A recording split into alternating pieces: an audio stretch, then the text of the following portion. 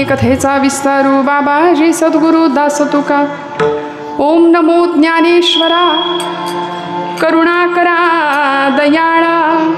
तुमचा अनुग्रह लाधलो पावन झालो चराचरी. मस्तक हे पायावरी आवार करी संतांच्या. ब्रह्मानंदम परमसुखदं केवलं ज्ञानमूर्तिं द्वन्द्वातीतं गगनसदृशं तत्त्वमस्यादिलक्ष्यम् एकं नित्यं विमलमचलं सर्वधी साक्षिभूतं भावातीतं त्रिगुणरहितं सद्गुरुं तन्नमामि. योऽन्तः प्रविश्य मम वाचमिमां प्रसुप्तां सञ्जीवयत्यखिलशक्तिधरस्वधाम्नाम्.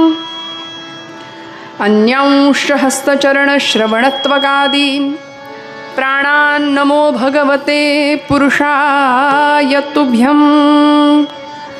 वचन ऐका कमळापती माझी रंकाची विनंती. कर जोडितो कथे काळी आपण असावे जवळी. घेई घेई माझी भाक जरी का मागेन आणिक. कर जोडितो कथे काळी आपण असावे जवळी. तुकया बंधू म्हणे देवा शब्दई तुकाची राखावा. कर जोडितो कथे काळी आपण असावे जवळी. काहीतरी नीट करा बाबा एकदा. रंगा येईवो ये रंगा येईवो ये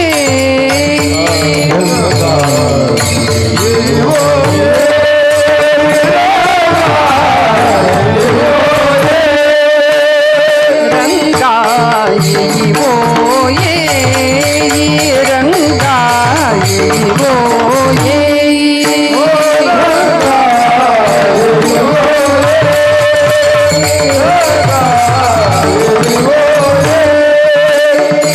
विठाई किठाई माझे कृष्णाई कान्हाई. विठाई किठाई माझे कृष्णाई कान्हाई. विठाई किठाई माझे कृष्णाई कान्हाई. विठाई किठाई माझे कृष्णाई कान्हाई.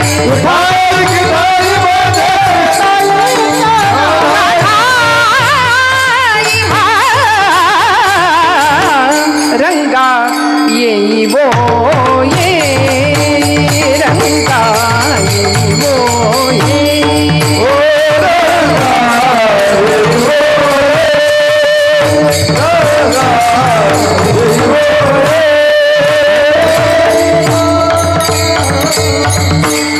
विठाई किठाई माझे कृष्णाई रंगा येईवो ये. समचरण सरोजं सान्द्रनीलाम्बुदाभं जघननिहितपाणिं मण्डनं मण्डनानां. तरुणतुलसीमाला कन्धरं कञ्जनेत्रं सदयधवलहासं विठ्ठलं चिन्तयामि. कैलासराणा शिवचंद्रमौळी फणींद्रमाथा भ्रुकुटी झळाळी. कारुण्यसिंधो भवदुःखहारी तुझ वीण शंभो मज कोण तारी. थांबू का थोडा वेळ. ये ग विठाबाई ये ग विठाबाई. सावकाश गडबड करू नको. ये ग विठाबाई ये ग विठाबाई.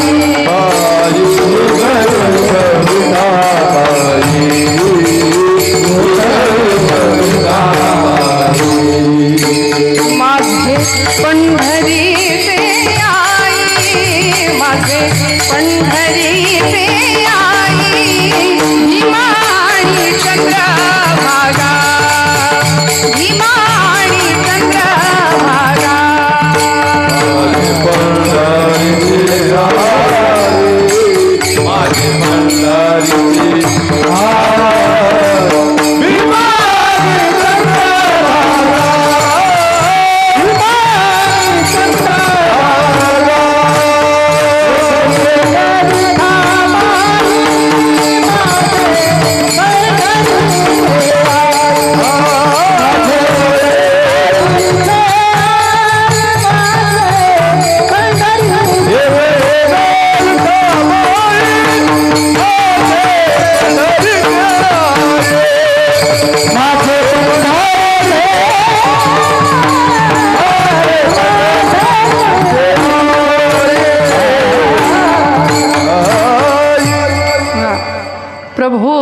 महेशाची या मूर्ती, मी दुबळा अर्चितसे भक्ती, बोल जरी गंगावती तरी स्वीकाराल की विठ्ठल विठ्ठल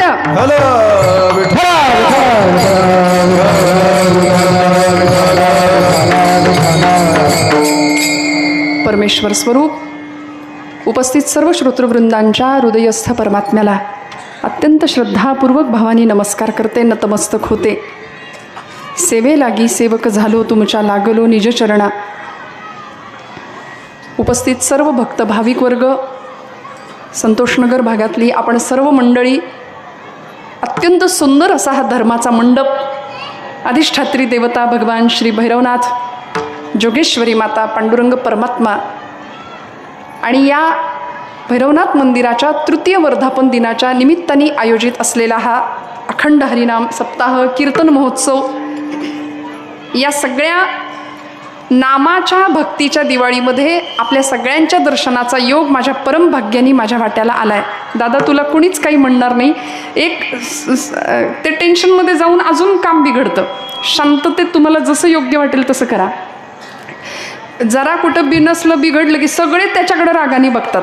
हे इथलं नाही, सगळीकडचं आहे उदाहरण. बरं आम्ही बघतो ते बघतो, तुम्ही पण बघता, मग त्यांनी काय करायचं? त्यामुळे मशीन आहे, यंत्र आहे, आणि आत्ता तर कुठे सुरुवात आहे, कालपासूनच झाली ना सुरुवात, त्यामुळे सेटिंग लागायला थोडा वेळ लागतो. फक्त ही शिट्टी वाजत असेल तर लाऊडनेस सगळा कमी करूया आपण. या 3, 4, 5, 6 माईकचा सगळ्या लाऊडनेस थोडं थोडं कमी राहू दे, काही हरकत नाही, आम्हाला हळू चालेल. विठ्ठल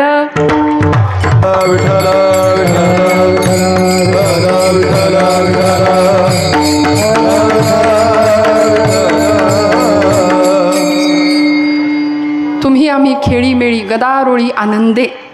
अत्यंत आनंदाने आपण सगळी मंडळी अंतःकरणातला भाव घेऊन इथं आला आहात. अत्यंत बहुश्रुत आहात, सुहृद आहात, सद्भावनेने इथं उपस्थित आहात. चाकण परिसरामध्ये, या आपल्या गावामध्ये, इतक्या सुंदर परिसरामध्ये, प्रांगणामध्ये तृतीय वर्धापन दिन अत्यंत सुंदर पद्धतीने साजरा होतोय, सोहळा साजरा होतोय. संतांना आवडणारं हे काम आहे. देव मस्तकी धरावा, अवघा हलकल्लोळ करावा. रामकथा, भगवान असं म्हणतात की रामकथा ब्रह्मांड भेदून पहिल्या न्यावी, देवाची कथा करावी, संतांची चरित्र गावीत. आणि मला असं वाटतं भक्तीचं हे सगळ्यात मोठं साधन जे या कलियुगामध्ये आम्हाला संतांनी दिलं आहे. आज कार्यक्रमाचा किंवा आपल्या या सोहळ्याचा आजचा द्वितीय दिवस आहे आणि माझ्या परमभाग्याने आपल्या सगळ्या ग्रामस्थ मंडळी असतील, संयोजक, आयोजक आणि सगळे कड बंधू आहेत, मला वाटतं या सगळ्यांनीच ही सेवा आज माझ्याकडे सुपूर्त केली. मी मनापासून सगळ्यांच्या चरणावर कृतज्ञतापूर्वक वंदन करते. आज सेवेच्या साथीसाठी उपस्थित असलेली सर्वच मंडळी, गुणीजन, गायक, वादक, अतिशय गोड अशी संवादिनीची साथ, गोड अशी पखवाजाची, मृदंगाची साथ, ते भैरवांचं आवडतं वाद्य आहे. त्यामुळे आपण भैरवांच्या समोर आहोत. आणि महाराष्ट्रातली गुणीजन गायक वादक मंडळी, आमचे सर्वच अधिकारी महाराज मंडळी, गोड अशी सरस्वती चाल निवडली आणि सुंदर अभंगाला साजेसा अर्थ आणि त्या अर्थाचा भाव व्यक्त करणारी चाल घेऊन महाराजांनी खूप सुंदर गायन केलं. या सगळ्यांसाठी एकदा जोरदार टाळ्या वाजवा. ही आमची लेकरं मागे उभी आहेत महाराजांच्या संस्थेतली, अतिशय सुंदर असे त्यांच्यासाठी टाळ्या. आमचे दोनही चोपदार महाराज आणि अतिशय सुंदर ध्वनी व्यवस्था देणारे आमचे दादा, सगळ्यांना टाळ्या वाजवा. आणि गोड अशी चिंतन सेवा, गोड कीर्तन सेवा करण्याचा प्रयत्न मी करते. ताई पुढे या. विठ्ठल या.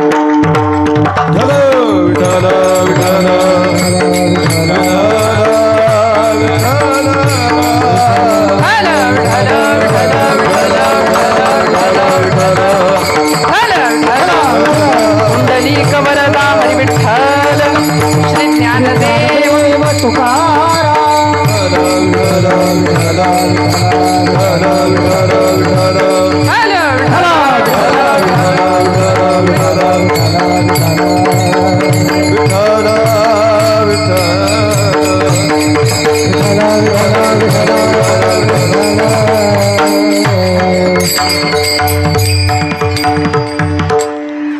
आणि अप्राप्यस्य प्रापणम योगः क्षेमः तद्रक्षणम असं म्हटलंय. भगवंत आपला योग आणि क्षेम दोन्ही सांभाळतो. अतिशय सुंदर असा योग माझ्या आयुष्यात दुसऱ्यांदा घडून आला, परत एकदा चाकण नगरीमध्येच.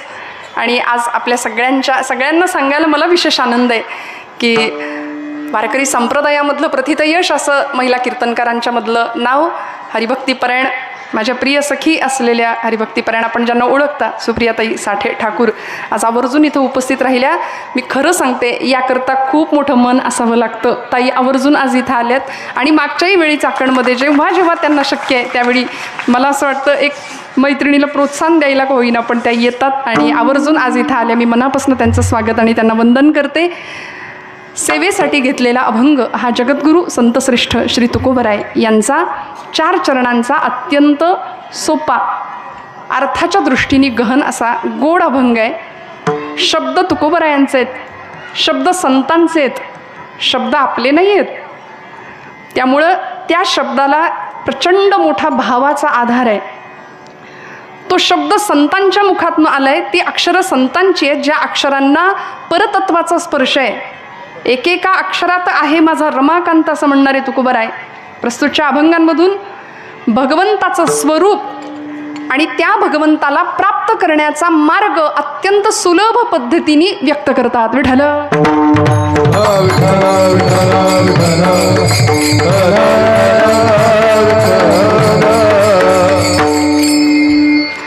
गोड अभंग आहे. आपण सगळे अत्यंत उत्साहाने कीर्तनाला बसलेले आहात. आहे ना उत्साह? का अजून थोडा थोडा वाढेल मग हळूहळू हळूहळू? नाही ना, सगळे आनंदाने आहात. माझा महिला वर्ग सगळीकडे मोठ्या संख्येने असतो, सगळीकडे. म्हणजे ते गृहकर्तव्य दक्ष तर असतातच, पण कथा कीर्तन नामस्मरण मी लिहून देते. इथं जर ज्ञानेश्वरीचं वाचन असेल किंवा हरिपाठ असेल तर महिलांची संख्या जास्त असते. आहे की नाही? हो म्हणा, तुम्ही म्हणा मोठ्याने हो. असते की नाही? हां, आमचे अल्पसंख्याकच असतात उमेदवार या भागातले, तसे वाचनाला असू दे हरिपाठाला असू दे.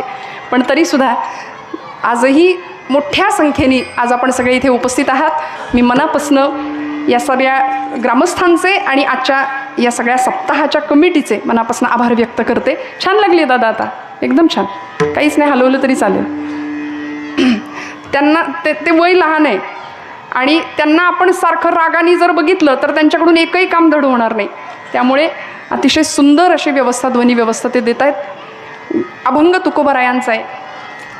भक्ती, ज्ञान आणि वैराग्य यांचं युतिपर्व गाथेच्या रूपाने महाराष्ट्रामध्ये मांडलं ज्यांनी तुकोबराय. तुका झाला असे कळस भजन करा सावकाश, अशी ज्यांची व्याप्ती अणुरणी या थोकडा, तुका आकाश एवढा, असं ज्यांचं व्यक्तिमत्व. ज्या अभंगातला प्रत्येक शब्द हा अर्थवाही आहे, त्या अभंगाच्या शब्दाची कार्यकक्षा, अर्थकक्षा ही तुमचा माझा उद्धार करणारीच आहे. म्हणून आजच्या काळामध्ये ज्याला खरंच तरुण जायचंय, आपल्याबरोबर इतरांना तारायचंय, त्यांनी अभंगाची गाथा तुकोबरायांची आणि माऊलींची ज्ञानेश्वरी ही जवळ बाळगली पाहिजे. हा या युगाचा आजचा सिद्धांत आहे. प्रत्येकाने जवळ करावा असा महाराजांचा ग्रंथ गाथा, ज्यांनी तुमचा माझा माथा सुधरवला जाणार आहे. आज आपण माथी बिघडली आहेत अशी परिस्थिती निर्माण झालेली पाहतोय आजूबाजूला, नाही का? मग आमचा माथा सहज सजग राहावा. उत्तिष्ठत जागृत प्राप्य वरान निबोधत असं जर उपनिषदकार सांगतात तर आम्हाला उठावं, जागं व्हावं आणि आमचं ध्येय प्राप्त करावं. मनुष्य जन्माचं ध्येय काय तर भगवत प्राप्ती, हे परमार्थ सांगतं. आम्हाला असं वाटतं आमचं ध्येय, आमचा प्रपंच कसा सुखाचा होईल याकरता आम्ही जीवाची धडपड करतो, अखंड हाडाची काढ करतो, जीवाचं रान, रक्ताचं सगळं माहिती आहे तुम्हाला, सगळं करतो आपण सकाळी उठल्यापासून रात्री झोपेपर्यंत. का हो? कारण प्रपंच सुखाचा व्हावा. पण प्रपंच आणि परमार्थ या दोन्ही गोष्टीची सांगड बांधता बांधता आमचा धड प्रपंचही होत नाही आणि धड परमार्थही घडत नाही. मग देव प्रपंचात यावा अशी सोय संतांनी केली कलियुगामध्ये. देव मिळवण्याचे अनेक कठीण मार्ग प्रत्येक युगामध्ये होते. आपल्याला प्रसिद्ध श्लोक आहे, सगळ्यांना माहिती आहे. त्रेतायुगामध्ये भगवान परमात्म्याला प्राप्त करण्याकरता मख म्हणजे यज्ञ मार्ग होता. कृतेय ध्यायते विष्णू. कृतयुगामध्ये भगवंताची ध्यान मार्गाने पूजा केली, त्यांना आळवलं, त्यांना प्राप्त केलं. द्वापारे परिचर्यायाम सेवा मार्ग सांगितला द्वापार युगामध्ये. ज्ञानोबरायांनी सुद्धा देवाच्या दारात पोचायचं असेल, देव आपल्या घरात यायचा असेल किंवा देवाच्या घरात जायचं असेल तर दार सांगितलंय सेवेचं, तेथ सेवा हा दारवंठा. मग सेवा मार्ग सांगितला. मग आम्हाला ध्यान मार्ग परवडत नाही, कठीण आहे. आम्ही जर ध्यानाला बसलोच तर लोक म्हणतात काय ध्यान बसलंय. नाही लक्षात आलं का? थोडं जागेपणी कीर्तन ऐका बरं का, सगळे जागे आहेत ना. आम्ही ध्यानाला बसलो तर आमच्याकडे बघून लोक हसतील आणि आम्ही ध्यानातनं उठल्यावर म्हणतो आता मस्तपैकी आलं टाकून चहा कर म्हणजे मी फ्रेश होईन. मग ध्यान कशा करताय? समाधी अवस्था कशा करताय? मग निर्विकल्प वगैरे हे सगळे शब्द आमच्यापासून कोसो दूर आहेत. संतांनी ती अवस्था गाठली. आम्ही साधं ध्यान, आम्ही योग नाही, आम्ही योगा करतो नाही का. आणि खरं सांगू, समाधी समाधी समाधी म्हणजे दुसरं काही नाही हो, मनाची टिकणारी अखंड प्रसन्नावस्था म्हणजे समाधी आहे. ज्या सुखाच्या मागे अखंड आपण धावतोय ते सुख कुठेच नसतं. सुख कुठेच नसतं. प्राप्त परिस्थितीमध्ये समाधानी राहता आलं की आम्ही सुखी झालो. इतक्या सोप्या संकल्पना आहेत, यात अवघड काहीच नाही. आम्हाला वाटतं अध्यात्म अध्यात्म अध्यात्म म्हणजे असं सिरियस व्हायचं, गंभीर, कुणाची बोलायचं नाही, हसायचं नाही, आहे की नाही, एकदम असं सायलेंट आणि एकदम तटस्थ शांत बसायचं असं नाहीये. भोळं असणं, उदास असणं म्हणजे रड्या असणं नाही बरं का. निष्क्रियता संतांना मान्य नव्हती, कर्तृत्व शून्यता संतांना मान्य नव्हती. उलट कर्तृत्व प्रवृत्त, कर्तव्य प्रवृत्त केलं अर्जुनाला सुद्धा भगवान गोपालकृष्णांनी. आमची सध्या अशी परिस्थिती आहे की संसारातल्या सुखाच्या हव्यासापायी आम्ही अखंड धावतोय आणि हा जीव दुःखाला कारण ठरतोय. का माहितीये? कारण आमच्या जीवनामध्ये देव सोडून सगळं आहे. आमच्या आयुष्यामध्ये देव सोडून सगळं आहे. संतांनी देवाशिवाय कशालाच महत्त्व नाही दिलं. म्हणून मी नेहमी सांगते, देव या शब्दामध्ये एक संस्कृत शब्दामध्ये दिव नावाचा धातू आहे आणि दिव म्हणजे प्रकाश. तो प्रकाशमय आहे. जिथं प्रकाश आहे तिथं भगवंत आहे. मग आमचा प्रवास मनुष्यत्वाकडून देवत्वाकडे व्हावा.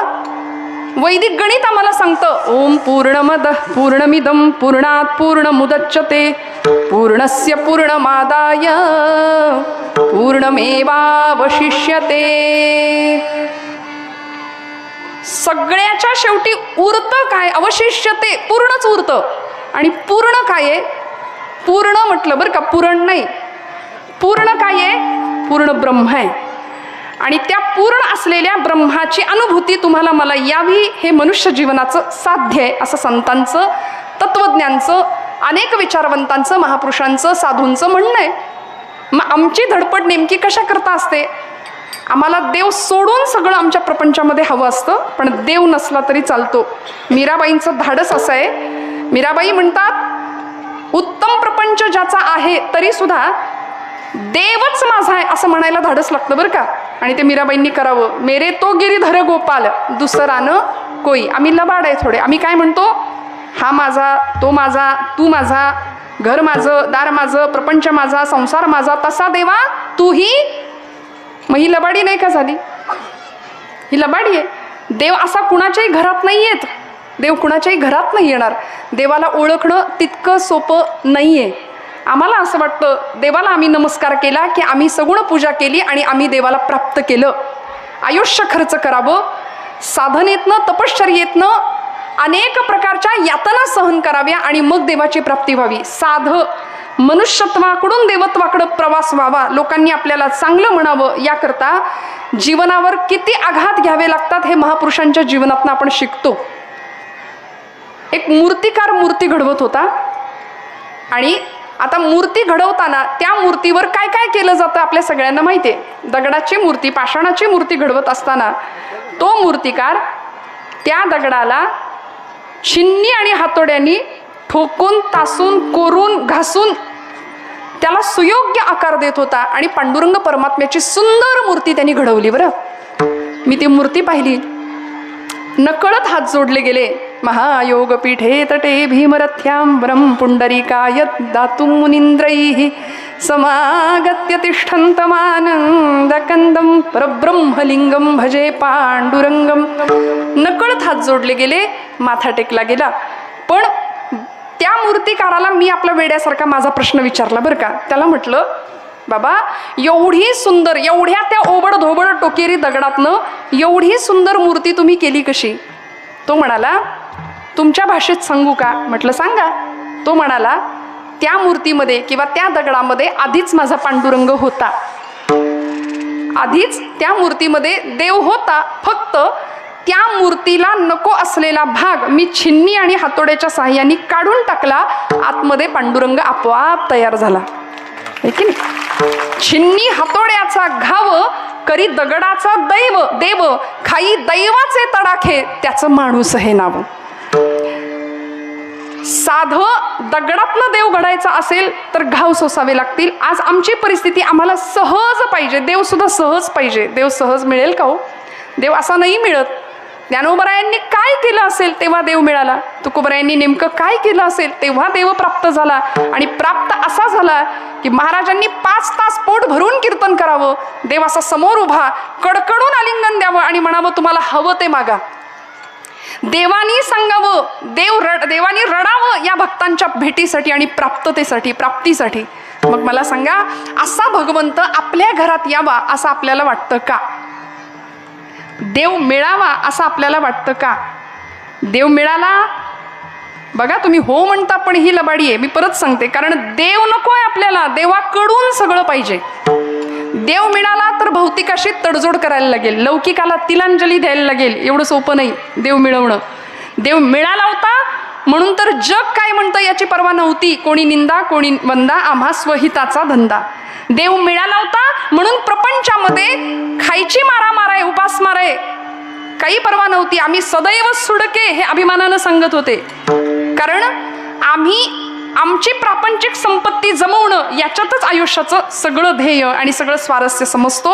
वाडवडिलांनी सुद्धा लेकरा बाळांसाठी काय ठेवायचं तर म्हणाले भक्कम असा सातबारा, प्रापंचिक सगळी सांपत्तिक ऐश्वर्य परिस्थिती हे सगळं आम्ही आमच्या पुढच्या पिढ्यांना देतो.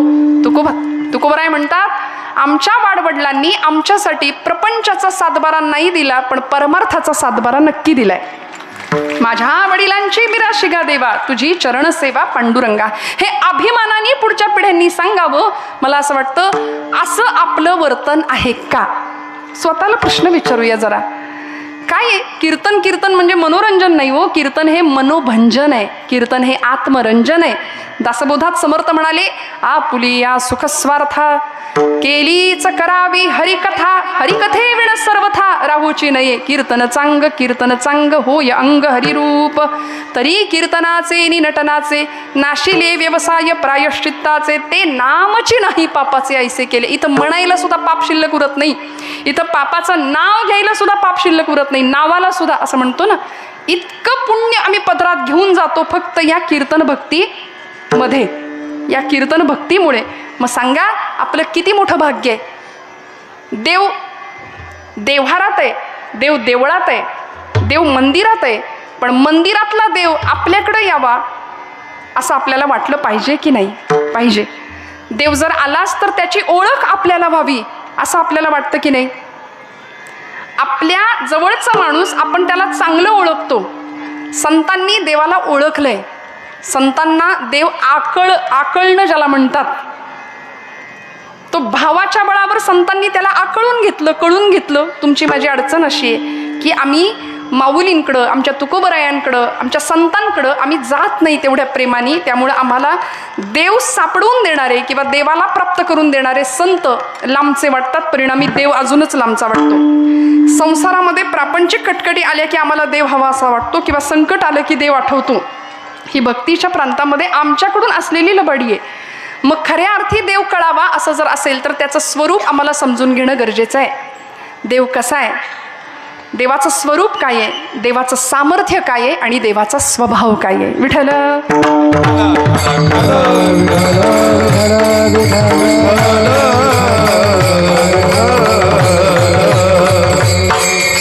श्रीमद भागवत महापुराण ग्रंथ आपल्या सगळ्यांना माहिती आहे, 18 पुराणांपैकी एक असलेलं पुराण.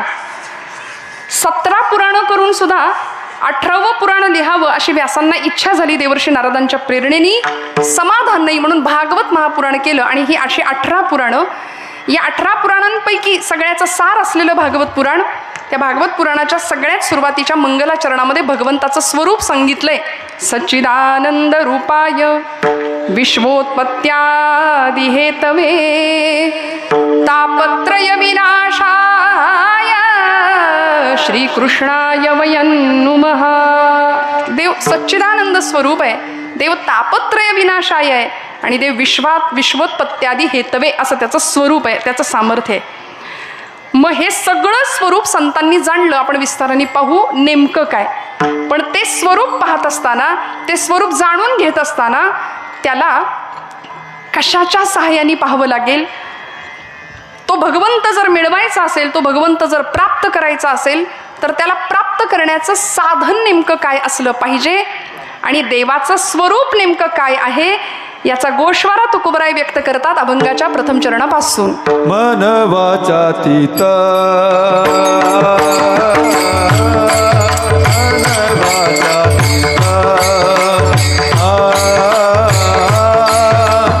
तुझे स्वरूप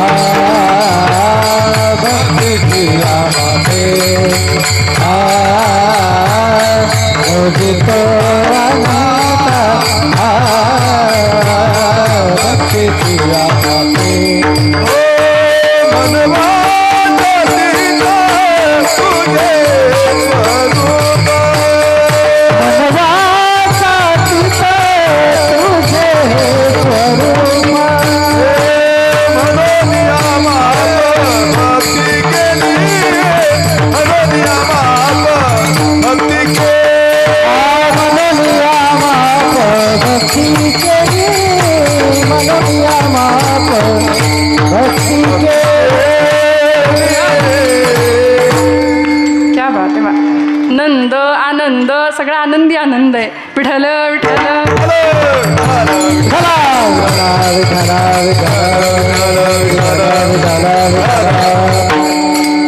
यांच्यासाठी एकदा वाजवा ना टाळ्या. मला रावे ना आता.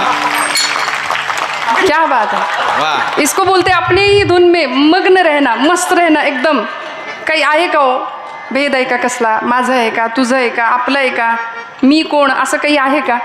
म्हणून बघा ना, मी एक वाक्य सांगून जाईन. आपण किती मोठे झालो ना, कितीही मोठे झालो ना, तरी अंतःकरणातलं देवपण आणि मनाचं बालपण कधीच संपू द्यायचं नसतं. कधीच नाही संपू द्यायचं. ही निरागसता आहे ना, हा भोळा भाव आहे. आता बघा, भोळं हा शब्द आपण वेड्या माणसासाठी काही भोळंच आहे असं म्हणतो आपण, नाही का? भोळा म्हणजे वेडा नाही, भोळा ही निरागसतेची अत्युच्च अवस्था आहे. तिथं ज्ञानाच्या पलीकडं असलेलं अतीव अशी सहजता आहे, म्हणजे ज्ञानानंतरची सुद्धा सहजता आहे. म्हणून लेकरासारखं असावं, माऊलींकडे जाताना लेकरू होऊन जावं, किती भाग्य. अहो या सगळ्याच लेकरांचं भविष्य मी सांगू का तुम्हाला? तुम्ही पत्रिका घेऊन येऊ नका नंतर माझ्याकडे, मला भविष्य पाहता येत नाही, पण मी तरी सांगते यांचं भविष्य इतकं श्रेष्ठ आहे, इतकं श्रेष्ठ आहे. वाडवडिलांनी सुद्धा ताटमानेनी जगावं. यांच्या बाबतीमध्ये पुढच्या पिढ्या सुद्धा यांच्या पुण्य घेऊनच जन्माला येतील, इतकं पुण्य ही या जन्मात साठवतायत.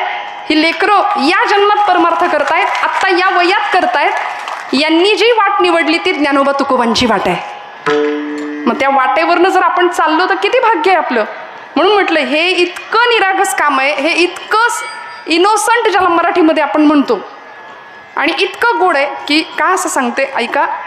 त्यांना लहानपणी काही कळत नाही, आपण त्यांना शिकवतो. साधी पेन्सिल असेल आणि आई सांगते ही तुझी आहे, कुणी मागितलं तर देऊ नको, द्यायचं नाही. आता हे शेअरिंग केअरिंग वगैरे आपण नावाला म्हणतो फक्त, पण देतो का हो कुणी? खरं सांगा. वितभर जमिनीच्या तुकड्यासाठी खून का पडतात सख्खे भाऊ एकमेकांचे? देणं हा भाव नाहीच आहे आपल्याकडे. म्हणून म्हटलं हे वय असतं इथं त्यांना माझं तुझं काही कळत नाही. आम्ही त्यांना शिकवतो हे तुझं आहे, हे तुझं आहे, मग त्याला कळतं हे माझं आहे. एखादी वस्तू त्याच्या हातात द्या आणि मग हळू थोडा मोठा झाल्यावर त्याला म्हणा दे बरं दे बरं दे बरं, ते म्हणतं हे माझं आहे. आणि मग आपण म्हणतो कसा गुंड झालाय बघ. म्हणजे आपणच त्याला त्या वृत्तीला तयार करतो आणि मग आपणच त्या वृत्तीला नावं ठेवतो. असो, मला असं वाटतं परमेश्वराच्या जवळ जर जायचं असेल ना तर हा भाव अत्यंत महत्त्वाचा आहे. म्हणून या लेकरासाठी टाळ्या वाजवायला सांगितल्या. फक्त आता काय करा, दृष्ट काढा घरी गेल्यावर. विठ्ठल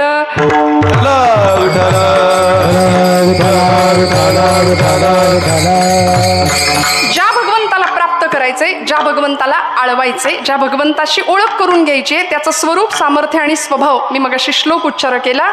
सच्चिदानंद रूप आहे भगवंताचं स्वरूप, सत्स्वरूप आहे, आनंद स्वरूप आहे. विश्वोत्पत्त्यादी हेतवे, जगाच्या उत्पत्ती स्थिती आणि लयाला तो कारण ठरणार आहे. आणि तापत्रय विनाशाय, त्रिविध तापांचा नाश करणारा तो भगवंत आहे, असं त्याचं स्वरूप आहे. मग त्या स्वरूपाचं वर्णनच जर करायचं झालं तर ते कसं करता येतं? त्याला जर मोजायचंच झालं तर कसं मोजता येतं असा प्रश्न तुकोबारायांना पडला. आणि महाराजांनी प्रथम चरणात वर्णन केलं, मन वाचातीत तुझे हे स्वरूप, किंवा स्वरूप हे तुझे. भगवंता तुझं स्वरूप कसं आहे? मनाच्या पलीकडे आहे आणि वाचेच्या पलीकडे आहे.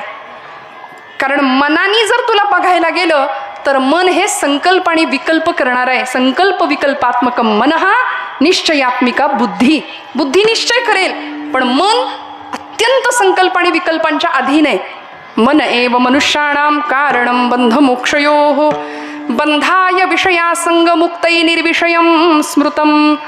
मन हे अनेक प्रकारच्या बंधनाला कारण ठरतं. मन विषयांचं चिंतन करत राहतं आणि भगवंत विषय नाही, तो विषयी आहे. भगवंत ऑब्जेक्ट नाही आहे म्हणाले, सब्जेक्ट आहे. त्याचं चिंतन करायचंय, तो साक्षी आहे. आणि मनाच्या माध्यमातून जर देवाला पाहायचं झालं ना तर मनाच्या ठिकाणी कोण आहे? भगवंत आहे. इंद्रियाणाम मनश्चास्मी. भगवंतांनी विभूती योगामध्ये त्यांची विभूती सांगितली आहे. आता फक्त माझ्याकडे बघा ना, सगळे त्यांच्याकडेच बघताय तुम्ही सगळे, सगळ्यांचं लक्ष आहे विभूती योगामध्ये. भगवान विठ्ठल विठ्ठल विठ्ठल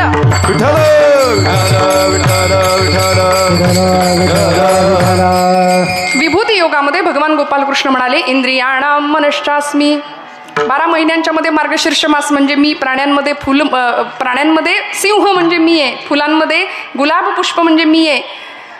पांडवानाम धनंजय, हा 5 पांडवांच्या मध्ये तू म्हणजे मी आहे अर्जुना, असं भगवंत सांगतात. तसं इंद्रियाणाम मनश्चास्मी, मन म्हणजे भगवंत आहे, मनाच्या ठिकाणी भगवंताचं अस्तित्व आहे.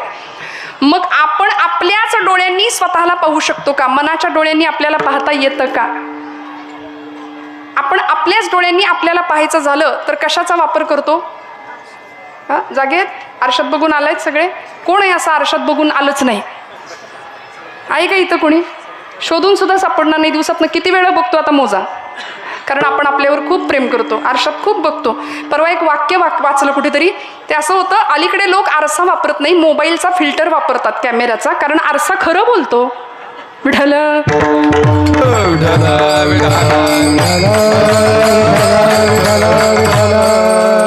एक शायर शेर लिहून ठेवला त्यांनी. तो म्हणाला, उम्र भर गालिब यही भूल करता रहा, उम्र भर गालिब यही भूल करता रहा, धूल चेहरे पर थी और आईना साफ करता रहा. त्याला असं वाटलं दिसत नाही की काय नीट आरशात, पण स्वतःच्या चेहऱ्यावरची धूळ पुसावी लागेल, तसं स्वतःचं अंतःकरण स्वच्छ करावं लागेल, मन निर्मम या स्थितीला न्यावं लागेल, निर्विकल्प या स्थितीला न्यावं लागेल, निर्विषय या स्थितीला न्यावं लागेल. विठ्ठल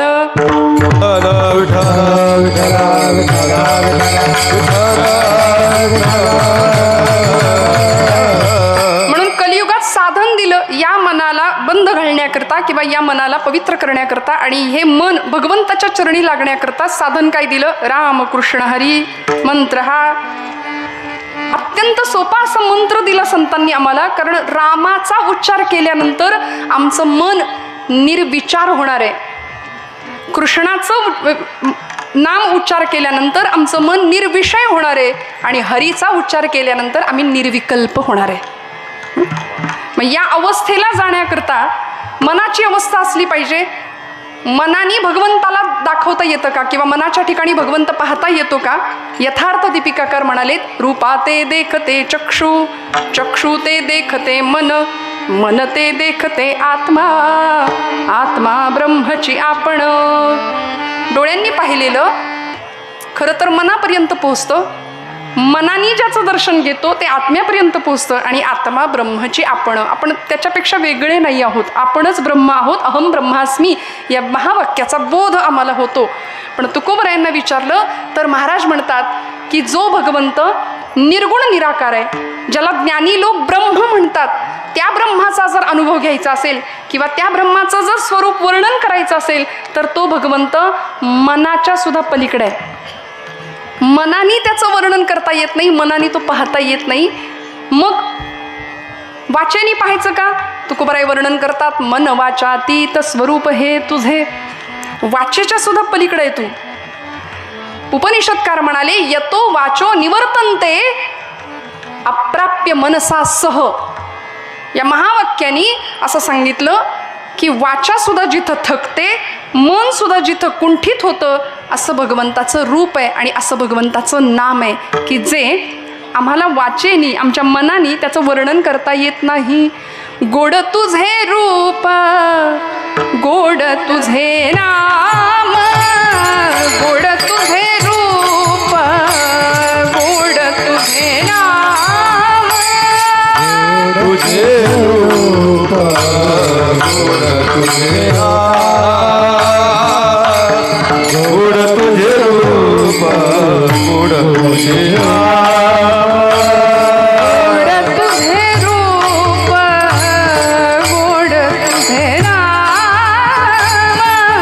गोड तुझे रूप, गोड तुझे नाम, गोड तुझे रूप, गोड तुझे नाम, गोड तुझे रूप, गोड तुझे नाम. देई माझा प्रेम, देई माझा प्रेम, सर्व काळ. गोड तुझे रूप, गोड तुझे नाम, गोड तुझे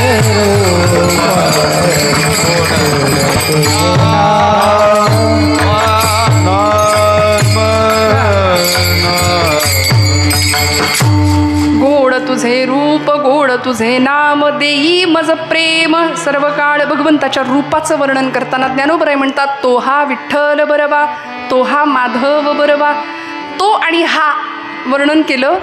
जो निर्गुणांचा तो आहे आणि सगुणांचा हा आहे. तो कुणाला म्हणतो आपण? काय गंमत आहे बघा, ज्ञानोबरायांनी 2 सर्वनामं एकत्र वापरली. मराठी भाषेच्या व्याकरणशास्त्रानुसार 2 सर्वनामं एकत्र येत नाही, पण माऊलींनी वापरली. ज्ञानोबराय म्हणतात, तो हा विठ्ठल बरवा, तो हा माधव बरवा. ज्ञानोबरायांचा अधिकार असा आहे 56 भाषेचा केला असे गौरव.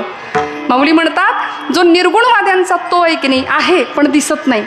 आपल्या सगळ्यांच्या मध्ये 4 माणसं आपण एकत्र जमलो आणि आपल्यातलाच एक आत्ता उपस्थित इथं नाही तर आपण काय म्हणतो, तो कुठं आहे, तो जो आहे पण आत्ता इथं नाही आहे.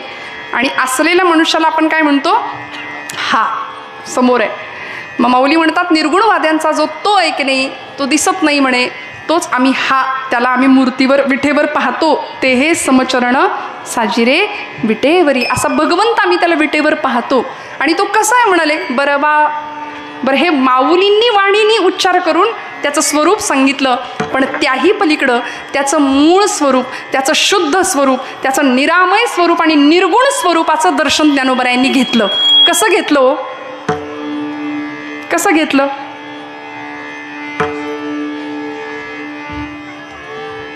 योगिया दुर्लभ तोम्या देखिला साजणी, सत्य ज्ञानानंत गगनाचे प्रावरण.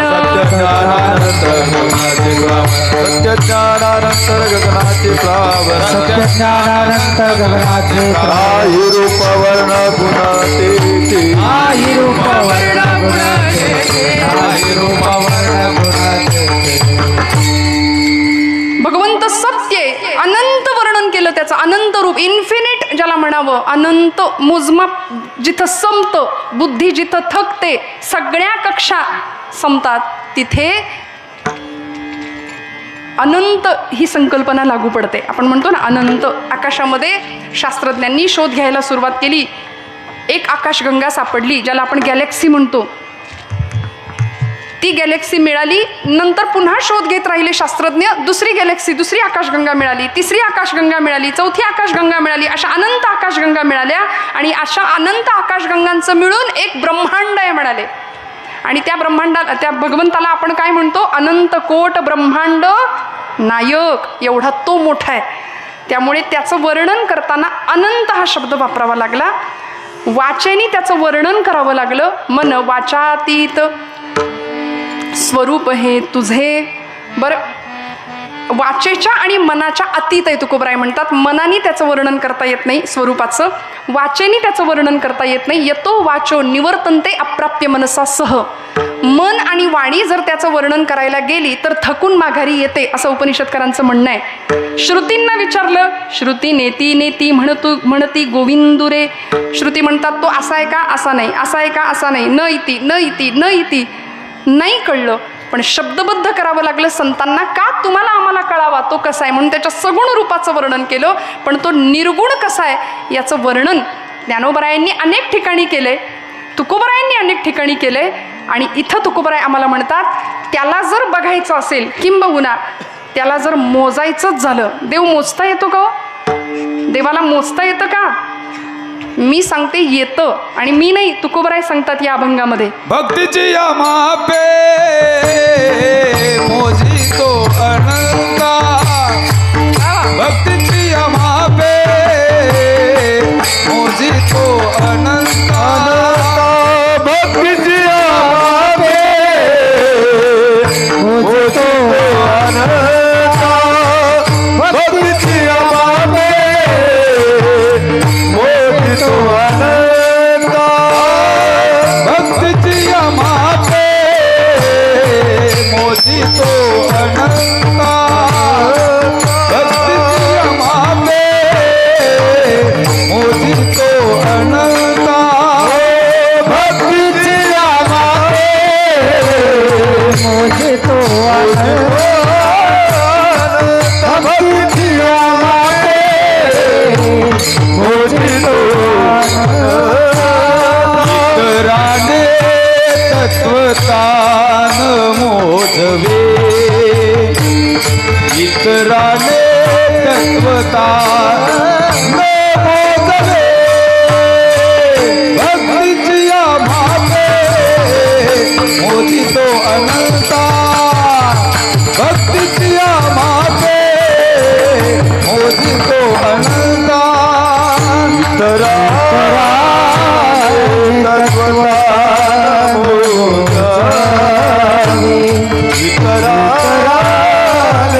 तत्वता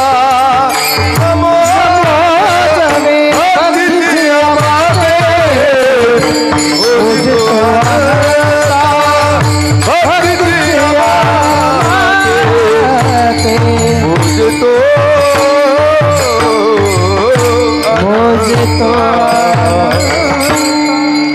मन वाचेच्या पलीकडं असलेलं तुझं स्वरूप भगवंता, म्हणून या माप भक्ती केले.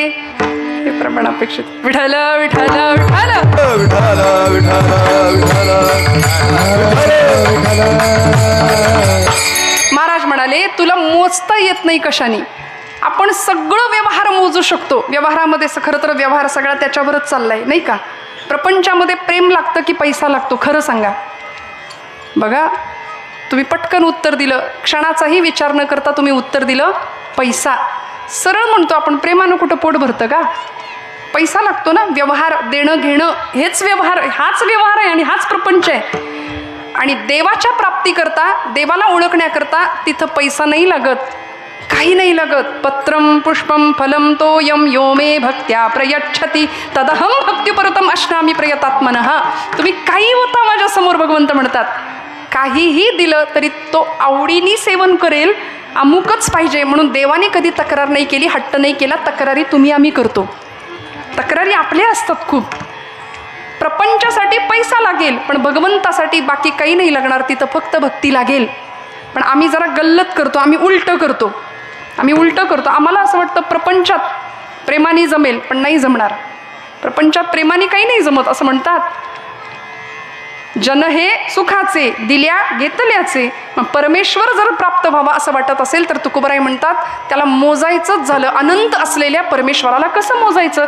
जिथं मोजण्याच्या मर्यादा संपतात तिथं शब्द निर्माण होतो अनंत. ज्याला अंतच नाही अशा भगवंताला जर मोजायचं असेल तर त्याच्यासाठी परिमाण काय. सोनं मोजतो का आपण. सोनं मोजतो. सोनं मोजण्याकरता किती काळजी घ्यावी लागते. कुठं असतो सोन्याचा तराजू.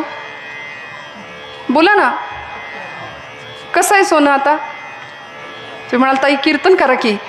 सोनं मोजायचं असेल तर आपण काय करतो. सोन्याचा जो तराजू असतो किंवा सोनं मोजण्याचं जे यंत्र आहे ते कुठं ठेवलेलं असतो. बोला ना, तुम्ही जागेत. हवाबंद पेटीमध्ये काचेत ठेवलेलं असतं. का. सोनं मोजायचंय. धुळीचा कण जरी बसला तरी वजनात फरक पडतो. किती चपळाईने आणि किती प्रचंड सजगतेने ते सगळं काम करावं लागतं. बरं आता सांगा, हा नियम कोळशाच्या तराजूला आहे का.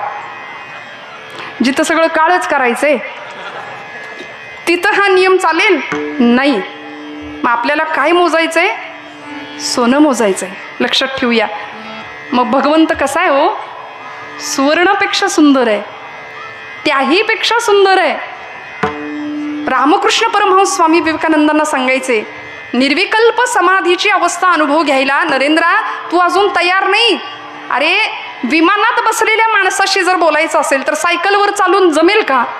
नाही. त्याच्यासाठी तीच गती तुला साधली पाहिजे, त्याच गतीने प्रवास केला पाहिजे. आणि त्यासाठी प्राथमिक अवस्थेपासून भक्ती कशी करायची. प्राथमिक अवस्थेपासून योग ध्यान धारणा असं करता करता करता निर्विकल्प या अवस्थेला स्वामीजींना किंवा नरेंद्रांना रामकृष्ण घेऊन गेले. या अवस्थेला स्वामी विवेकानंद गेले आणि तेव्हा परमात्मा भेटला. पण त्याही आधी आत्मनो मोक्षर्थम जगद्हितायच शिवभावे जीवसेवा हे अध्यात्माची सूत्र त्यांना दिली. त्यामुळे भगवंताला मोजायचंच झालं तर किती कटाक्षाने मोजावं लागेल. त्याच्यासाठी जगातलं कुठलंच परिमाण उपयोगी पडत नाही. तुकोबराय म्हणतात म्हणून आम्ही एक माप निवडलं. कुठलं माप. म्हणून या माप भक्ती केली.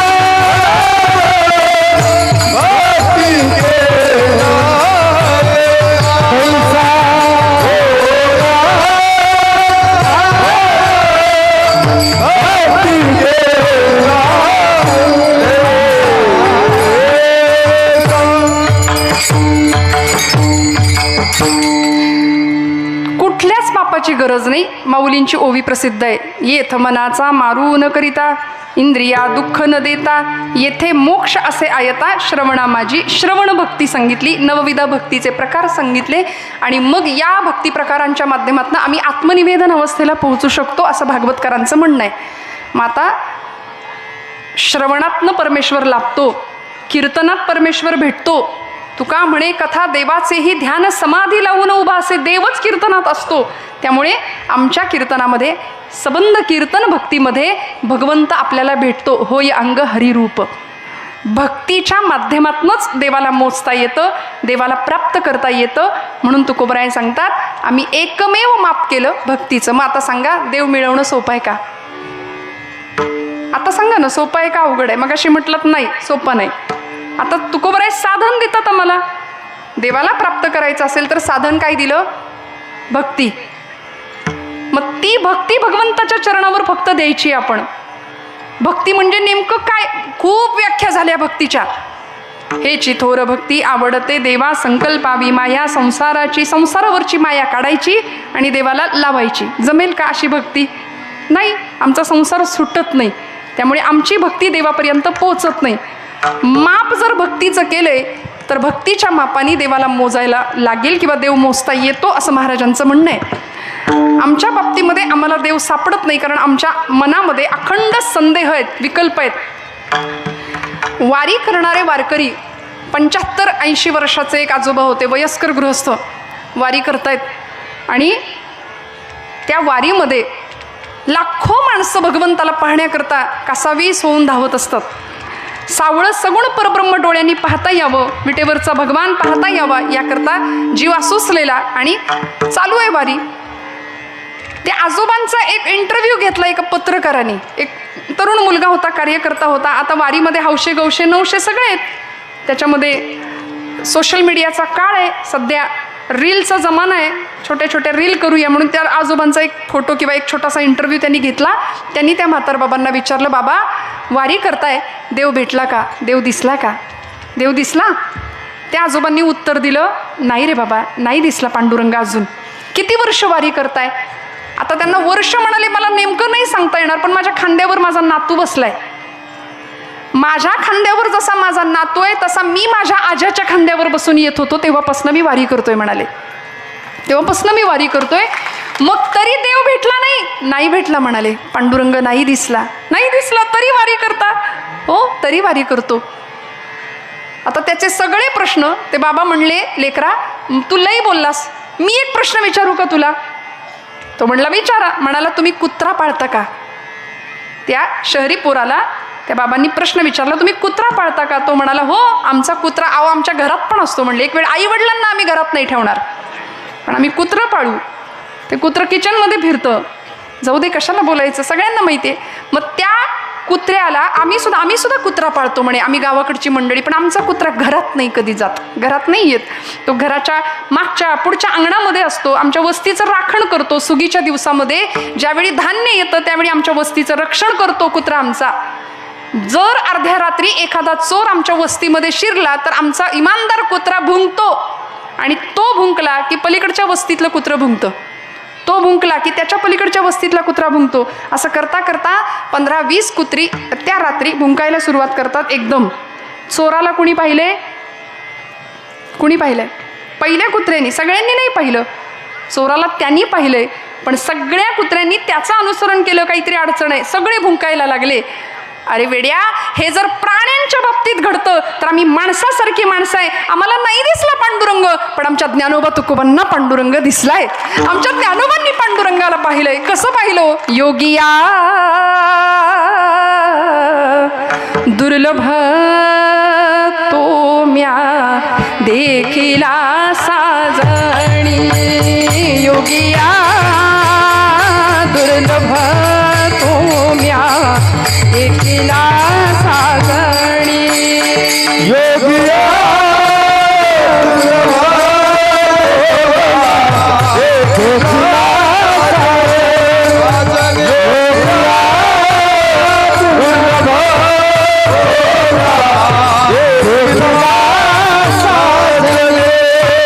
पाहता पाहणे मनाला पुरे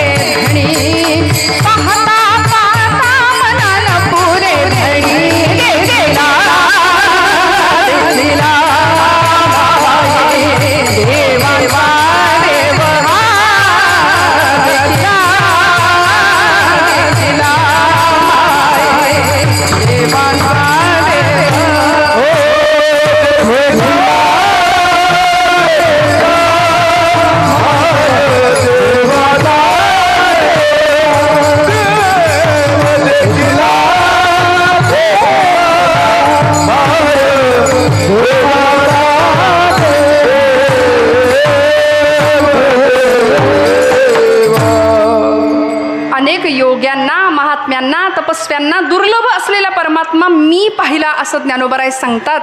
कसा पाहिला हो? निवृत्तीनाथांना विचारलं. निवृत्तीराय म्हणाले, आम्ही चकोर हरिचंद्रमा, आम्ही कला तो पौर्णिमा, आम्ही कला तो पौर्णिमा, आम्ही चकोर हरिचंद्रमा. या जीवाला त्या शिवाची ओळख झाली. आम्ही त्या निर्गुण परब्रह्माला, त्या निराकाराला हृदयामध्ये साठवू शकलो. त्याच्याकरता एकच माप वापरलं, भक्तीची या मापे मोजितो अनंता, इतराने तत्वता नमोजवे. तुकोबराय ठामपणे आपलं मत व्यक्त करतात की देवाला जर ओळखायचं असेल, देवाला जर पाहायचं असेल तर अंतःकरण भक्तियुक्त पाहिजे. भक्तीमध्ये विश्वास पाहिजे, निष्ठा पाहिजे, समर्पण पाहिजे, वाटेल तो त्याग करायची वृत्ती पाहिजे. मग ती देवभक्ती असू दे, देशभक्ती असू दे, धर्मभक्ती असू दे. वाटेल ते झालं तरी देह जावो अथवा राहो, पांडुरंगी दृढ भावो. असा भाव भगवंताच्या चरणावर ज्यावेळी समर्पित होतो त्यावेळीच भगवंत भेटतो. अन्य कुठल्याही साधनांनी परमेश्वर भेटत नाही. योग यागत पे देहाची योग यागत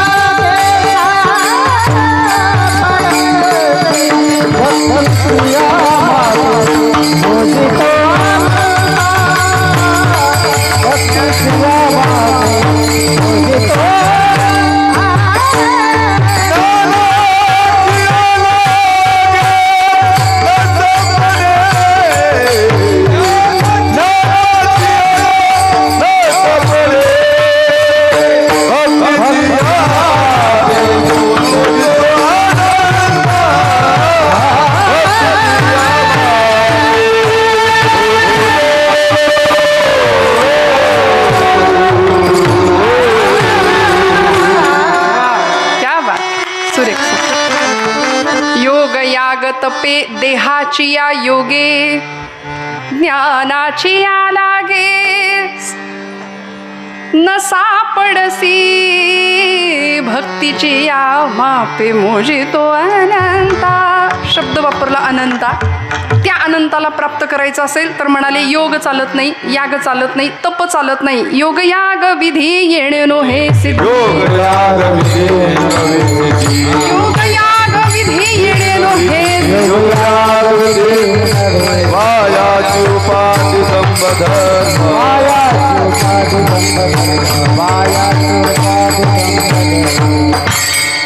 योग याग विधी येणे नो हे सिद्धी.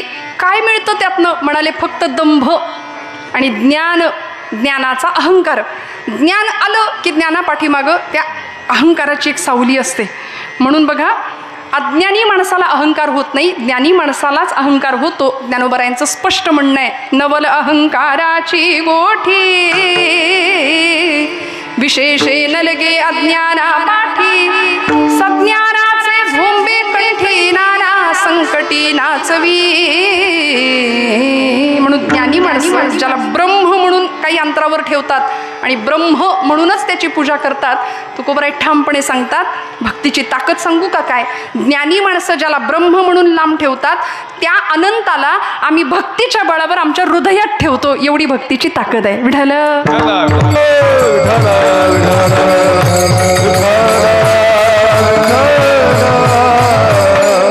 मग आता बघा, जपजाप्य, तीर्थयात्रा, दानधर्म काहीही नाही केलं तरी सुद्धा अंतःकरणामध्ये फक्त शुद्ध सात्विक स्वच्छ भक्ती असेल तर भगवंताला मोजता येतं, भगवंताला पाहता येतं. विदुर काकांनी काय दिलं होतं देवाला? दुर्योधनाने काय केलं होतं? दुर्योधनाने ठरवलं, हा येतोय ना हस्तिनापूरला शिष्टाई करता, तर त्याला म्हणाले चांगलं चुंगलं खायला घालूया आणि आपल्या बाजूला वळतं करून घेऊया. खरं तर ही इतिहासाची पुनरावृत्ती होतच आली. चांगलं चुंगलं खायला घालून आपल्या बाजूला वळतं करून घेऊया, म्हणूनच आदल्या रात्री मतं बदलतात. गोपालकृष्ण हस्तिनापूरला येत आहेत असं कळलं की दुर्योधनाचा विचार बदलला. तो म्हणाला चांगलं जेवायला घालूया, निमंत्रण देऊ भोजनाचं. पण अन्नात जायते बुद्धी असं म्हटलंय. भगवंत म्हणाले मी याच्या घरचं अन्न खाणार नाही. म्हणून विदुर काका पण तिथं राहत नव्हते, नको म्हणाले. धृतराष्ट्राच्या संगतीत राहून माझं मनपरिवर्तन झालं आणि मी भ्रष्ट झालो, त्यापेक्षा बाजूला राहतो. संघाचा रंग मनाला लागतो ना हो. एक वेळ पंगत चुकली तरी चालेल, पण संगत नाही चुकता कामा. भगवंत म्हणाले दुर्योधनाकडे जायचं नाही. आणि जशी यात्रा चालली आहे, भगवंतांचं स्वागत चाललंय, तसं त्या गर्दीत विदुर काका उभे आहेत. विदुर काकांच्या डोळ्यातला भाव भगवंतांनी वाचला आणि नजरेनेच सांगितलं मी येतोय, मी येतोय, तयारी करा. विदुर काका घरी गेले धावत, भगवंत येतोय, भगवंत येतोय, भगवंत येतोय. इकडं उद्धवांना सांगितलं चलो विदुर घर जाये, उद्धव जी चलो विदुर घर जाये. दुर्योधन का मेवा त्यागे, दुर्योधन का मेवा त्यागे, विदुर की कन्या पावे. चलो विदुर घर जाये, उद्धव जी चलो विदुर घर.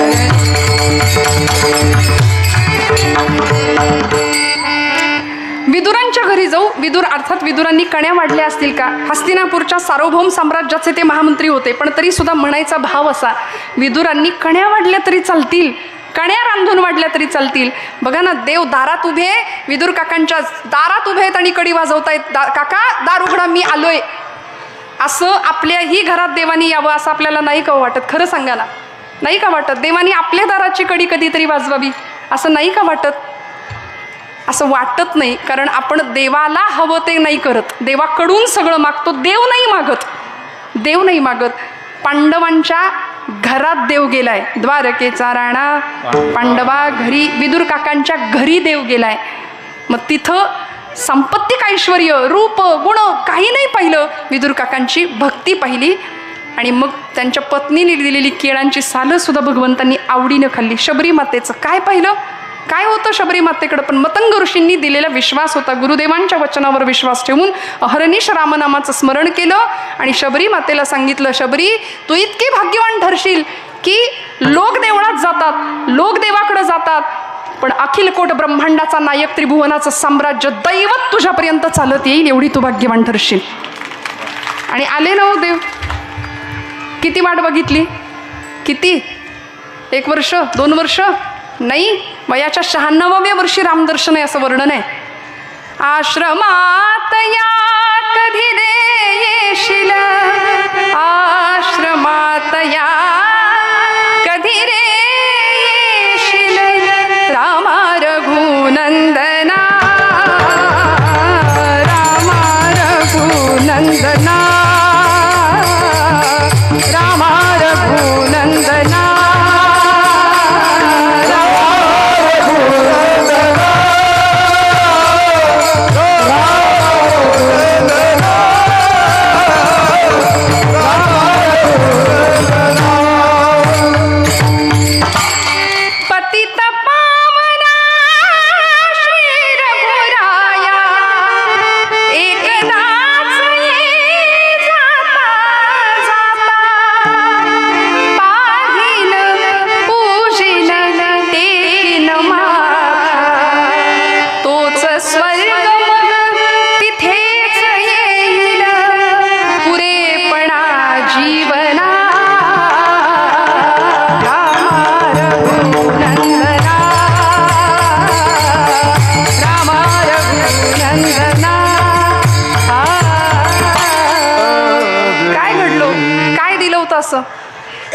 कागा कागा सब कुछ खाइए चुन चुन मेरा मांस, लेकिन 2 नयन मत फोडिये प्रभू मिलन की आस, असं शबरी माता म्हणायच्या. सगळं घेऊन जा, कावळे गिधड शरीराचे लचके तोडायला लागले, इतकं जराजर्जर झालेलं शरीर. पण म्हणायच्या माझ्या 2 डोळ्यांना शाबूत ठेवा, माझ्या कुडीत प्राण आहे तोपर्यंत माझ्या 2 डोळ्यांनी तरुण रूप संपन्न सुकुमार महाबलो. मला त्या रामाला बघायचंय. इतकी जर दर्शनाची आस असेल आणि अशी जर अंतःकरणातली भक्ती असेल तर तो भगवंत येतो. फक्त आतमध्ये बघावं लागेल. एक माणूस, एक गृहस्थ प्रवास करत होता. मोठा प्रवास, रेल्वेचा प्रवास, एक 2-4 दिवसांचा मोठा प्रवास. आणि त्या प्रवासामध्ये श्रीमंत होता, पैसे होते, कॅश होती जवळ. आणि काही कोणी आलं की त्याला ती काही वस्तू एखादी विकत घ्यायची असेल तर ते पैसे बाहेर काढायचे, त्याला द्यायचं, परत ते पैसे ठेवायचे. त्या बोगीमध्ये त्यांच्या त्या समोरच्या सीटवर एक चोर बसला होता. तो चोर ते पैसे बघायचा. त्या गृहस्थानी पैसे बाहेर काढायचे, परत खिशात ठेवायचे. असे बरेच वेळा त्यांनी पाहिलं आणि त्या चोराने विचार केला की हे पैसे आता आपण चोरायचे. रात्र झाली, सगळे आपापल्या बर्थवर झोपून गेले आणि या चोरांनी त्या श्रीमंताच्या, त्या गृहस्थाच्या खिशामध्ये, बॅगेमध्ये सगळीकडं चाचपून सगळीकडं ते पैसे शोधले. पैसे कुठंच नाही मिळाले. माझ्या डोळ्यासमोर म्हणाले खिशात ठेवले होते पैसे, नाही मिळाले. झालं दुसरी, म्हणजे सकाळ उजाडली आणि त्या दिवशी परत एकदा बघितलं. पुन्हा त्या श्रीमंतांनी खिशातनं पैसे काढले, मोजले, जे काही त्याची कामं असतील, काही खरेदी करणं असेल ते केलं, परत पैसे ठेवले खिशातच. चोर म्हणाला, अरे मी तर काल सगळीकडे पाहिलं, पैसे मला दिसले नाहीत, आता परत खिशात ठेवलेत ना. दुसऱ्याही दिवशी तेच झालं, पैसे काही केल्या मिळाले नाही. सगळीकडं शोधलं, सगळीकडं. शेवटी हताश झाला आणि मग मात्र त्या श्रीमंत माणसाला, त्या गृहस्थाला चोराने न राहून विचारलं. म्हणले, बाबा मी चोर आहे, मी रोज बघतोय तुमच्याकडे खूप पैसे आहेत, तुमच्याकडे भरपूर पैसे आहेत, तुम्ही रोज पैसे काढता, मोजता आणि तुमच्या खिशात ठेवता. मी ज्यावेळी चोरी करायला येतो त्यावेळी तुमच्या खिशात मला पैसेच दिसत नाही. मला काही नको, पण मला एवढंच सांगा, पैसे ठेवता कुठं? कुठं ठेवता पैसे? तो गृहस्थ म्हणाला, तू सगळीकडं शोधतोस, पण तुझ्या उशीखाली कुठं शोधतोस रे बाबा? हां, दृष्टांत संपलाय. सांगायचं एवढंच की आपण इतके बहिर्मुख आहोत, आपण सगळीकडं शोधतोय, सगळीकडं पाहतोय, बाहेर लक्ष आहे, पण आपला श्वाससुद्धा आपण कधी शांतपणे ऐकत नाही. आपल्याला आत बघायला वेळ नाही आणि भगवंत आतमध्येच शोधायचा असतो. भगवंत आतमध्ये दिसतो. ज्ञानोबरायांना तो दिसला, तुकोबरायांना तो दिसला. अन्य कुठल्या साधनांनी नाही, तर फक्त आणि फक्त भक्तीच्या साधनांनी. ते साधन जर करायचं असेल तर भक्तियुक्त अंतःकरणाने केलेलं भजन देवाला खूप आवडतं. बघा, आत्म्याच्या भुकीची सोय आहे भजन आणि देहाच्या भुकीची सोय आहे भोजन. त्यामुळे मनाच्या भुकीची अवस्था जर भागवायची असेल तर आम्हाला भजन करावं लागेल. गोड भजन करूया. विठोबा रखुमाई, विठोबा रखुमाई, विठोबा रखुमाई, जय विठोबा रखुमाई, विठोबा रखुमाई, विठोबा रखुमाई, विठोबा रखुमाई,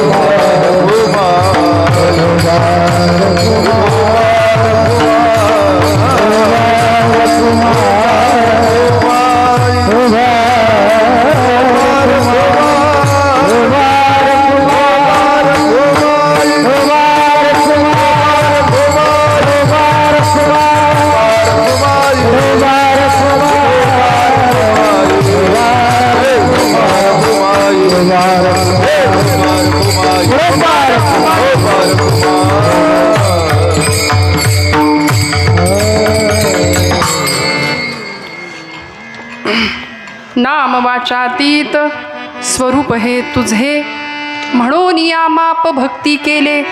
भक्तीची या मापे मोजितो अनंता, इतरांनी तत्वता न मोजवे. भक्तीची या मापे मोजितो अनंता, इतराने तत्वता न मोजवे. विठ्ठल विठ्ठल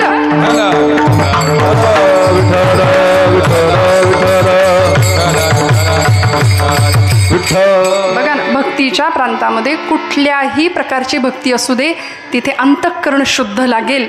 मनाची अवस्था निर्विकल्प असावी लागेल आणि निर्विकल्प अवस्थेतच तिथं ज्ञान कामाला येत नाही, तरकट बुद्धी अजिबात कामाला येत नाही. महाराज म्हणाले, नको नको देवा तार्किकांचा संग, तरकट माणसाच्या सहवासात मला ठेवू नको.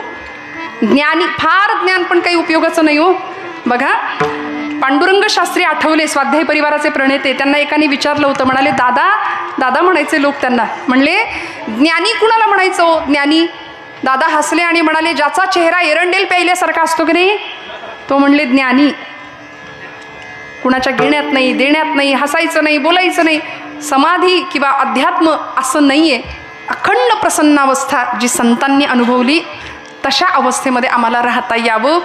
आणि देवाला मोजता येतं का? येतं. आम्हाला उत्तर मिळालं. त्याकरता माप काय? तुकोबरायांनी दिलं, भक्तीचं माप.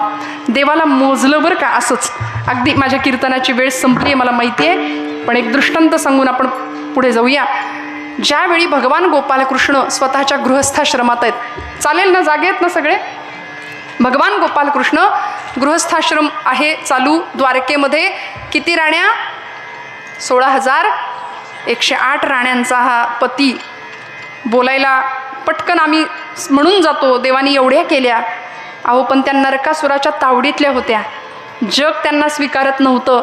जगाने उपेक्षा ज्यांची केली, त्यांचं पालन करण्याचं काम भगवंतांनी केलंय. म्हणून भगवंत म्हणतात, मला काहीही म्हणा, मला भोगी म्हणा किंवा त्यागी म्हणा, मला देव म्हणा, मला मानव म्हणा, पण मी कर्मयोगी आहे. आणि हे सिद्ध करून दाखवलं परमेश्वराने. त्यामुळे असा भगवंत 16,108 नायिकांचा पती त्या द्वारकेमध्ये सिंहासनावर बसलेत. संध्याकाळची सभा सगळी बरखास्त झाली. सगळे यादववीर मंत्री निघून गेले आणि भगवंत अस्वस्थ आहे, चिंता आहे. आता बघा ना, देवालाच चिंता. आपल्याला चिंता पडली किंवा आपल्याला काही प्रश्न निर्माण झाले, संकट आलं आपल्यावर, की आपण कुणाला आठवतो? देवाला. मग देवावरच संकट आलं तर देवानी कुणाला आठवायचं? अशा वेळी देव संतांना आठवतात. म्हणून संत श्रेष्ठ आहेत. त्यावेळी भगवंतांनी आठवण काढावी आणि आमच्या या गादीचे मालक तिथं आले. नारायण नारायण नारायण. आता पुराणामध्ये देवर्षी नारद म्हटलं की त्यांच्याबद्दल बोलताना काय म्हणतात? कळीचा नारद. अहो, त्यांचं सोडा, व्यवहारात सुद्धा जर कोणी आग लावणारा असेलच तर आपण काय म्हणतो? आला बघा. असं म्हणू नका बरं का, असं म्हणू नका. कारण देवर्षी म्हणजे साधे सोपी गोष्ट नाही. ते भक्तीचे आचार्य आहेत, देव ऋषी आहेत. भक्तिसूत्र लिहिली 84. भक्तीची व्याख्या देवर्षींनी केली आणि या गादीचे ते मालक आहेत. त्यामुळे या देवर्षींनी आगमन केलं. भगवान गोपालकृष्णांनी त्याला जवळ मिठीच मारली जणू काही. नारदा, आलात आलात, बरं झालं. आणि आपल्या अर्ध्या आसनावर बसायला सुद्धा दिलं. देवर्षी म्हणले, जरा जास्तच कौतुक चाललंय, जरा जास्तच स्वागत चाललंय माझं. खूप गोड पुढचं माणूस बोलायला लागलं की सावध राहावं, नाही का? मग म्हणाले, देवा आज काहीतरी वेगळंच दिसतंय. म्हणाले, कसली चिंता आहे का? काही अडचण आहे का? खूप गोड बोलताय. म्हणाले, देवा, नारदा, खरं सांगा, गृहस्थाश्रमामध्ये 2 बायका असलेला नवरा सुखी असतो का हो? म्हणे, असा असेल का एखादा नवरा पती? नारद म्हणाले, कशाला सांगता? माझ्यासारख्या ब्रह्मचार्याकडून ही काय अपेक्षा करता तुम्ही? मी सांगतो, गणेशाच्या बाजूला रिद्धी सिद्धी आहेत की? म्हणाले, अनेक उदाहरणं आहेत. बरं, म्हणाले, तुमची अडचण काय आहे सांगा. म्हणाले, काय सांगू नारदा? पराक्रम कधी कधी मुळावर येतो आणि संबंधात गाठी निर्माण करतो. काय झालं तरी काय, त्या नरकासूर वधाच्या वेळी ज्यावेळी युद्धाला आम्ही गेलो, त्या युद्धामध्ये माझ्याबरोबर सत्यभामेला घेतलं होतं. आणि सत्यभामा देवींचा युद्धातला पायगुण चांगला, म्हणून अशा सुंदर लढाई करायच्या. आणि त्या युद्धामध्ये जिंकलं कोण? भगवंत जिंकले. इंद्राला, त्या नरकासुराला ठार मारलं. त्याच्या तावडीतल्या 16,000 त्या राण्या सगळ्या आणल्या भगवंतांनी सोडवून. त्यांच्याशी विवाह सुद्धा केले. पण प्रमुख अष्टनायिकांमधली ही नायिका होती सत्यभामा. सत्यभामेचं पराक्रम पाहिला आणि इंद्रानी भेट दिली होती या युद्धामध्ये. कुठली? स्वर्गीय प्राजक्त वृक्ष पारिजातक. तो पारिजातक आणला आणि सत्यभामेच्या महालाच्या समोर लावला देवानी. पण अडचण अशी झाली, वाऱ्याने त्या प्राजक्ताची सगळी फुलं पडायची रुक्मिणीच्या महालाच्या समोर अंगणामध्ये. मग सत्यभामेचं दुःख केवढं मोठं हो. फुले का पडती शेजारी, फुले का पडती शेजारी, बहरला पारिजात दारी. माझ्या अंगणात झाड, मी केलेला पराक्रम, मला मिळालेलं बक्षीस, आणि हा वारा सुद्धा मेला म्हणे. सगळी फुलं तिच्याच अंगणात पाडतोय. सत्यभामेला राग यायचा, प्रचंड राग यायचा. मग ते झाड तोडून टाकायची भाषा ती करायला लागली. आणि मग रुक्मिणी भक्ती साक्षात जगदंबा आदिशक्ती रुक्मिणी माता रोज त्या फुलांचा सुंदर हार तयार करायच्या आणि भगवंतांच्या गळ्यात घालायच्या. देव नारदांना सांगतायत तरी मी आठवणीनं काढून ठेवतो, पण एखाद दिवशी विसरलाच आणि सत्यभामेकडे गेलो की मला घरचा आहेर मिळतो. काय सांगू नारदा, फार दुःखी आहे हो. देवाला सुद्धा चुकलं नाही. देव म्हणाले काय करू नारदा, मला सोडवा या संकटातनं. आणि देवर्षी नारद म्हणले भगवंता काळजी करू नका, मी जातो. म्हणून सत्यभामेकडे गेले. सत्यभामाला म्हणाले अडचण काय आहे नेमकी. ती म्हणाली अहो या मेलेनी नुसता उच्छाद मांडलाय आल्यापासून. फुलं जमीन माझी, खत माझं, मशागत माझी आणि फुलं रुक्मिणीच्या दारात. मग म्हणाले काय तुझं म्हणणं काय आहे. श्रीहरी कवी हरिविजय ग्रंथामध्ये सांगतात मजमनीचा हाची भावो जन्मोजन्मी कृष्ण लवला हो पावावया सुगम उपावो व्रत तपे की दाने. फार सुंदर वर्णन आहे हरिविजयामध्ये. सत्यभामा देवी सांगतात मला असं वाटतं की देव फक्त माझा पाहिजे, बाकी कुणाचा नको. बरं आता यामागे भक्तीच होती, पण त्या भक्तीला थोडासा अहंकाराचा, असूयेचा, मत्सराचा एक तंतू चिकटला होता. निरामय निर्लेप भक्ती नव्हती. मग त्याचा परिणाम असा झाला देवाला करावं लागलं सगळी लीला पुढची. नारद म्हणाले बघ त्याकरता झाड तोडणं हा उपाय नाही. आपल्याला जर एखादी व्यक्ती किंवा वस्तू जन्मोजन्मी प्राप्त व्हावी असं वाटत असेल तर या जन्मात त्या व्यक्तीचं दान करायचं असतं, त्या वस्तूचं दान करायचं असतं. चालेल का, करशील का. हो म्हणाले तुम्ही म्हणाल तो उपाय करते. नारद म्हणाले संकल्प सोड आता माझ्या हातावर. झालं, संकल्प केला. संकल्प केल्याबरोबर नारदांनी भगवंतांना सांगितलं होतंच माझा निरोप आला की थांबायचं नाही, लगेच यायचं ताबडतोब. आणि भगवंत आले. चेहरा असा केला होता की जणू काय रे अत्यंत दयनीय अवस्था जणू काही आपली झाली असा चेहरा करून भगवंत आले.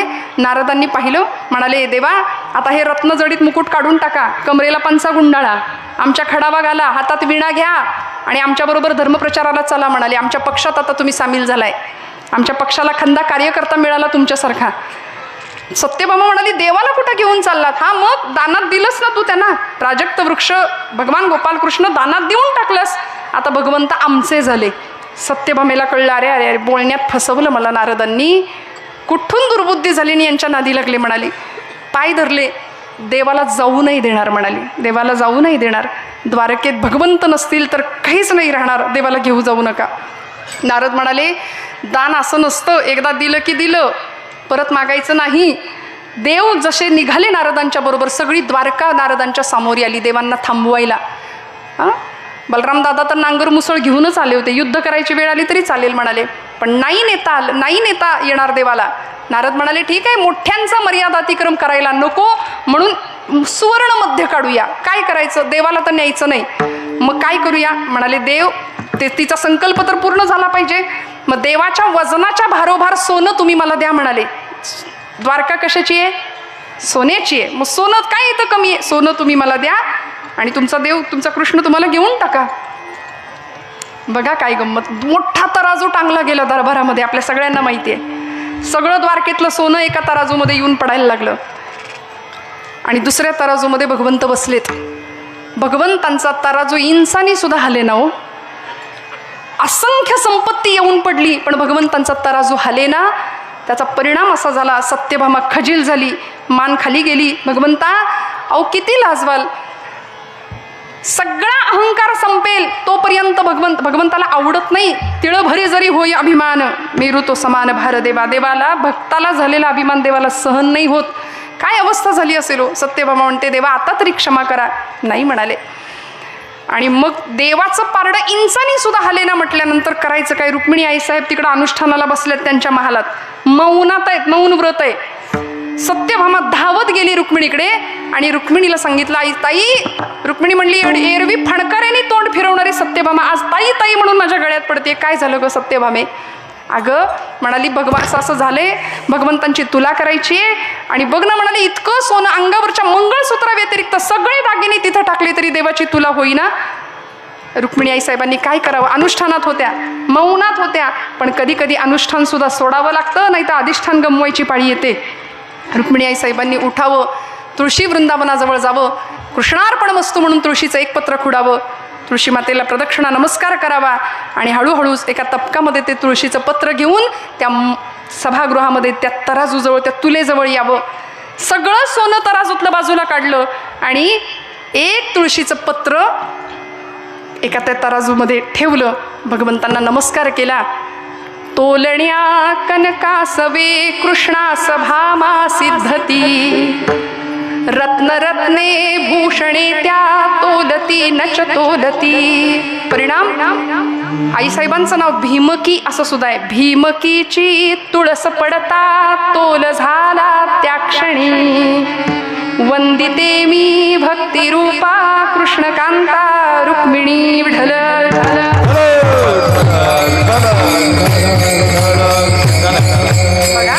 तुळसे पात्र पारडे ठेवेता, तुळशी पात्र पारडे ठेविता, तुळसे पात्र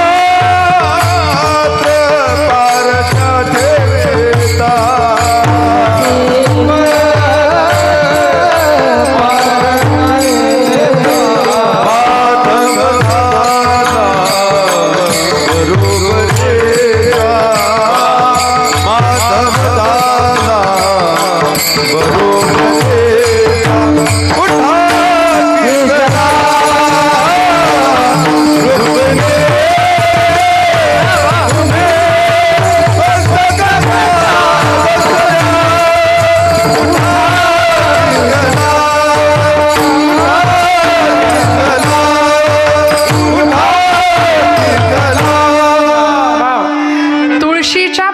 भगवंताची तुला झाली. बघायला गेलं तर काय होतं, एक तुळशीचं पान होतं.